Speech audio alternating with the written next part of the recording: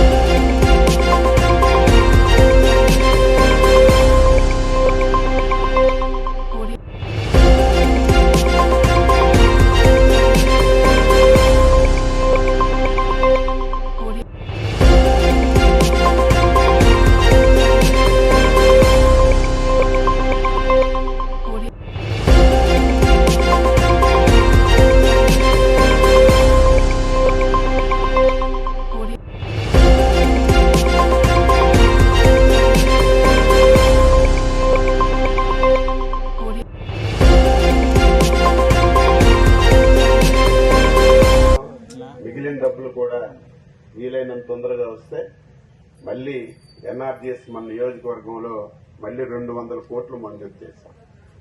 ఇంకొక అదృష్టం ఏమిటంటే నేను ఆ రోజు టెక్కలో ఒక రోల్ మోడల్గా ఉండాలి.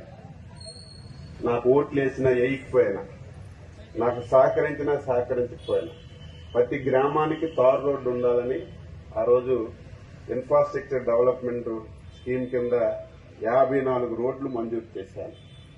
ఒకసారి టెండర్లు అయ్యా, ఎత్తువర్కులు చేశాం, 1 రోడ్డు 2 రోడ్లు వేసాం. ఎలక్షన్ మారింది, 5 సంవత్సరాలు ఆపేశాను. నేను మళ్ళీ అవన్నీ బతికించాను. నిన్ననే ఆర్డర్ కూడా వచ్చింది. అది కూడా మన పోర్టు విశ్వసముద్రం వాళ్ళకి వచ్చింది. వాళ్ళతో కూడా మాట్లాడి మళ్ళీ అన్ని రోడ్లు, ఉదాహరణకి బడ్డిపేట మన ఓట్లు పడదు కానీ తారు రోడ్డు అయ్యా, సరియా పట్టుకోవాలి, ఓట్లు పడదు కానీ తారు రోడ్డు వేస్తాం. ఈరోజు నూకపేట, ఏ గ్రామం మీరు చూసుకోండి, అన్ని గ్రామాలకి మళ్ళీ 54. ఎరకీపేట మొన్న వెళ్ళాం, సరియాపల్లి నుంచి ఎరకీపేట, అది ఎప్పుడో ఫౌండేషన్ వేసాం, మళ్ళీ ఆ రోడ్డు వచ్చింది. ఇవన్నీ 54 రోడ్లు మళ్ళీ వచ్చాయి. నేను వచ్చిన సారల్లా ఒక జాతరలాగా మొన్న నందిగామ మండలంలో 6 గంటలు ఒక 20-30 విలేజ్లు వెళ్ళాను. సమయం నాకు తక్కువ ఉన్నా నేను వచ్చి ఈ మధ్యన మళ్ళీ అన్ని ప్రారంభించి ఇది ఒక రోల్ మోడల్గా తయారు చేసే కార్యక్రమం తీసుకుంటామని మీ అందరికీ ఈ సందర్భంగా తెలియజేస్తూ మనందరం కూడా ఒక బాధ్యతగా పనిచేయాలి. చేసినవి చెప్పుకోవాలి, చేసినవి చెప్పుకోకపోతే ఫలితం రాదు. అందుకే రేపు 29న మళ్ళీ ఒక మీటింగ్ స్టేట్ లెవెల్లో పెట్టి 1వ తారీఖు నుంచి ఇంటింటికి వెళ్ళి ఈ సంవత్సరంలో మనం చేసినవన్నీ చెప్పే కార్యక్రమం కూడా తీసుకోవాలి.